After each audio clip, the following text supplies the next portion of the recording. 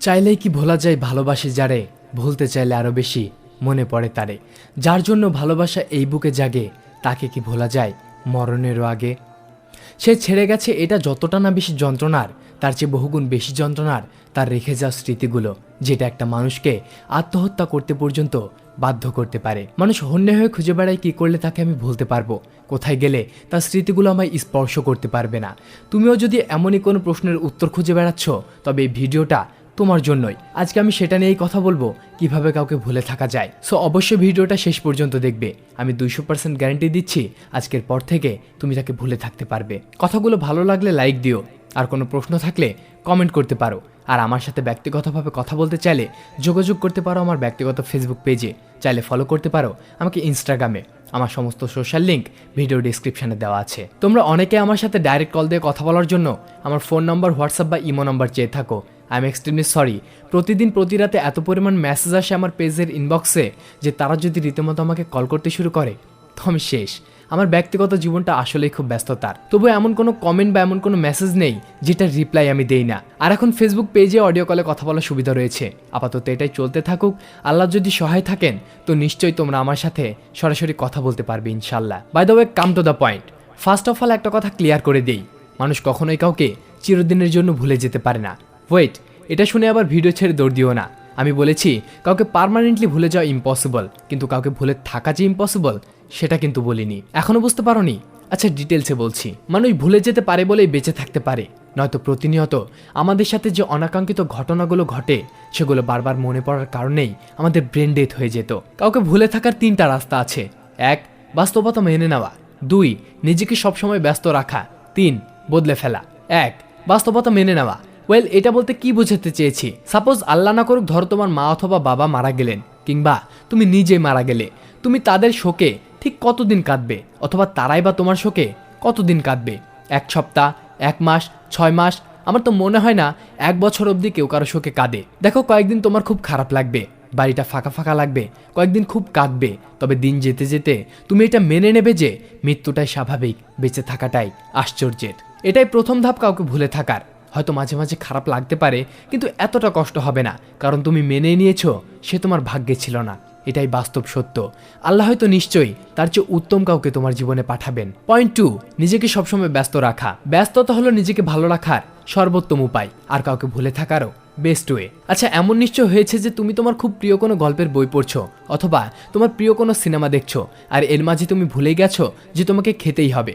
হয় না এমন যে একটা কাজ করতে গিয়ে আরেকটা ভুলে গেছো? আচ্ছা, সেটাও বাদ। যেহেতু তুমি এই ভিডিওটা দেখছো, নিশ্চয় তুমিও কারোর সাথে একসময় সম্পর্কে ছিলে, আর তার সাথে তুমি বেশ কিছুক্ষণ কথা বলেছো। কেউ 1 ঘন্টা, কেউ 4 ঘন্টা, কেউ বা টানা 14 ঘন্টাও কথা বলেছো। আর এর মাঝে অবশ্যই তুমি ঘুমাতে ভুলে গেছো, পড়তে ভুলে গেছো, দুনিয়ার সবকিছু ভুলে গেছো। এমনকি তুমি অসুস্থ থাকলে সেটা পর্যন্ত ভুলে গেছো। কেন? কারণ সে সময় তুমি শুধুমাত্র তাকে নিয়ে ব্যস্ত ছিলে। একটা মানুষের ব্যস্ততা যদি তোমায় গোটা দুনিয়া, ইহকাল ও পরকালের সবকিছু ভুলিয়ে দিতে পারে, শারীরিক মানসিক সমস্ত যন্ত্রণা ভুলিয়ে দিতে পারে, এমনকি তোমার সৃষ্টিকর্তাকে পর্যন্ত ভুলিয়ে দিতে পারে, তাহলে এই গোটা দুনিয়া কি একটা মানুষকে ভোলানোর জন্য যথেষ্ট নয়? এখন অনেকেই বলবে, ভাইয়া সবকিছু ছেড়ে সবসময় শুধু তাকেই সময় দিয়েছি, তাই সবসময় শুধু তাকেই মনে পড়ে, আমার সমস্তটা জুড়ে শুধু সে। আসলেই কি তাই? মোটেও না। সবকিছু ছেড়ে সবসময় তুমি শুধু তাকে প্রায়োরিটি দিয়েছিলে, আর আজও দিয়ে যাচ্ছ। তাই তুমি আজও তার শূন্যতা কাটিয়ে উঠতে পারছো না। Grow up man. এবার নিজেকে প্রায়োরিটি দেওয়ার সময় এসেছে। সবকিছু বাদ দিয়ে নিজেকে ভালোবাসো, নিজেকে সময় দাও, নিজের মন যা করতে চায়, যা করতে তোমার ভালো লাগে সেটাই করো। শুধুমাত্র তার সাথে যা যা করতে সেসব বাদ দিয়ে নিজের ফ্যামিলিকে সময় দাও, নিজের মা বাবা, নিজের ভাই বোনের সাথে সময় কাটাও। দুনিয়ার সবচেয়ে সেরা সময় সেটুকু যেটুকু কেউ তার মায়ের সাথে আড্ডা দেয়। আমি গ্যারেন্টি দিয়ে বলছি, তুমি তোমার পরিবারকে সময় দিলে বুঝতে পারবে যে আসলে মানসিক খুশি বা মানসিক শান্তি কাকে বলে। আর এছাড়া বাসায় বসে না থেকে কিছু শিখো, অনলাইনে হোক বা অফলাইনে কিছু শিখো যেটা তোমার ইন ফিউচারে কাজে দেবে। আর বাকি সময় নিজেকে স্রষ্টার উপাসনায় ব্যস্ত রাখো।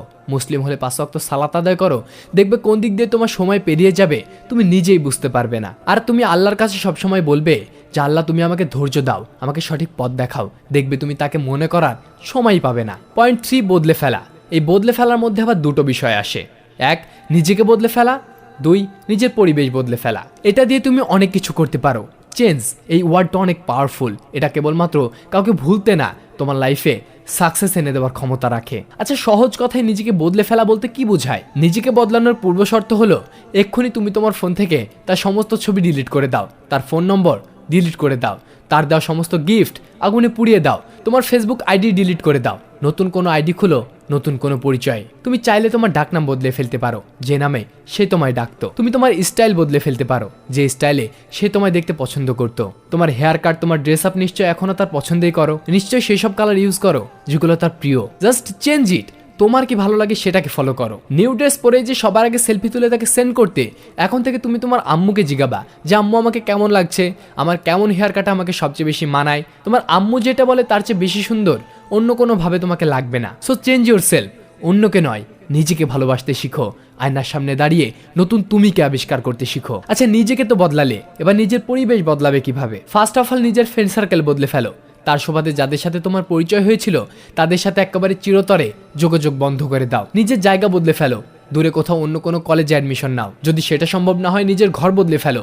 যদি সেটাও সম্ভব না হয় ঘরের ডেকোরেশন বদলে ফেলো। ঘরটাকে একদম নতুনভাবে সাজাও, নিজের স্বপ্নের মতো। আচ্ছা, এটা ভেবে আবার কেউ হতাশ হয় না যে স্বপ্নের মতো ঘর আবার কিভাবে সাজাবো, আমার তো এতটা সামর্থ্য নাই। আরে বোকা, তোমার ঘর ইটের নাকি মাটির কিংবা টিনের সেটা ম্যাটার করে না। তুমি তোমার ঘর আগে যেমন ছিল তার চেয়ে নতুনভাবে অন্য কোনোভাবে সাজাও, যেভাবে তোমার ভালো লাগে। আসলে বদলে ফেলা নিয়ে বলতে গেলেই সেটা নিয়ে আলাদা করে ডেডিকেটেড ভিডিও বানাতে হবে। তবু অনেক কিছু বলে ফেলেছি, আর বেশি কিছু বললে সব গুলিয়ে যাবে। বাই দ্য ওয়ে, জাস্ট 3টা পয়েন্ট মনে রাখো। আগামীকাল সকাল থেকেই এক নতুন তুমিকে জন্ম দাও। দেখবে তুমি ভালো থাকতেও শিখে গেছো, আর তাকে ভুলে থাকতেও শিখে গেছো। কখনোই একা থাকবা না, সবসময় চেষ্টা করবা সকলের মাঝে নিজেকে ডুবিয়ে রাখার। একটু মিশুক হও, সবার সাথে সময় কাটাও, দেখবে তারাই তোমাকে তাকে ভুলিয়ে রাখবে। কখনো কাউকে ভোলার প্রত্যাশায় নেশার দিকে ঝুঁকে যেও না। যত কষ্টই হোক সবসময় এটা মনে রাখবা, সময় এমন এক ধরনের ওষুধ যা যে কোনো ধরনের ব্যথা সারিয়ে দিতে পারে। অনেক হয়েছে, এবার থামো। Control your self, control your mind, make control on your thought. নিজেকে কন্ট্রোল করতে শিখো, নিজের উপর কবজা করতে শিখো। তোমার মন, তোমার চিন্তা ভাবনা আর এই সব কিছুর কন্ট্রোল একমাত্র তোমার হাতে। Ask yourself why. কেন তাকে মনে পড়বে? তার তো আমাকে মনে পড়ে না। আমাকে ছাড়া তার জীবনও তো আটকে নেই। ওয়েট, তাকে ছাড়া তোমার জীবনকে আটকে আছে? যদি তাকে ছাড়া তোমার জীবন আটকেই না থাকে, তাহলে তুমি তাকে শুধু শুধু মনে করে কষ্ট কেন পাচ্ছ? আশা করি তুমি তোমার উত্তর পেয়ে গেছো। তবে একটা কথা কি জানো, এই যে আমি এতগুলো কথা বললাম, তুমি সেগুলো শুনলে, বুঝলে, এমনকি মোটিভেটও হলে, কিন্তু আগামীকাল সকালে তুমি যখন ঘুম থেকে উঠবে সবকিছু আবার আগের মতোই, সব শেষ। আমার ভিডিওর কথাগুলো ভিডিওতেই রয়ে গেল, আর তোমাদের চিন্তাভাবনা তোমাদের কাছেই রয়ে গেল। কোনো লাভ নেই। আমি অযথাই উলুবনে মুক্ত ছড়ালাম। এর ভিডিও দেখি, ওর ভিডিও দেখি, ওনার কথা ভাল লাগে, উনি অনেক ভালো বোঝান, এসব বাদ দিয়ে যার কথাই তোমাকে অনুপ্রাণিত করে, যার বোঝানোর ধরনই তোমার ভালো লাগুক, শুধু ভালো লাগলে হবে না, সঙ্গে সঙ্গে সেটা নিজের জীবনে বাস্তবায়ন করতে হবে। অতএব যদি নিজের জীবনে সেসব বাস্তবায়ন করতে নাই পারো, তাহলে ঘন্টার পর ঘন্টা সময় নষ্ট করে এসব লেকচার দেখে কোনো লাভ নাই। Your best motivator is you. তুমিই তোমার সেরা অনুপ্রেরণাকারী। আমি বা আমরা কেবল তোমার সঠিক রাস্তাটা দেখাতে পারি মাত্র। ভালো থাকাটা নিজের ব্যাপার, আর ভুলে থাকাটাও নিজের ব্যাপার। জাস্ট একটা বার ট্রাই করে দেখো, আল্লাহ তোমার পথ সহজ করে দিবেন। আর এটা মনে রাখবা, কখনোই কারো জায়গা শূন্য থাকে না, ধুলো দিয়ে হলেও একদিন তা পূর্ণ হয়ে যায়। ভিডিওতে অনেক জটিল ও গুরুত্বপূর্ণ কথা বলা আছে, তাই কথা বুঝতে সমস্যা হলে ভিডিওটি আবার দেখো। তবুও বুঝতে না পারলে আমাকে প্রশ্ন করতে পারো। অন্যের জীবনের সাথে কখনোই নিজের জীবনের সমস্যাকে মেলাতে যাবে না। যার যার জীবন আলাদা, তার তার সমস্যাও আলাদা, আর তার সমাধানও আলাদা। Your life, your choice. একটা ভুল সিদ্ধান্ত সারা জীবনের কান্না। আসসালামু আলাইকুম।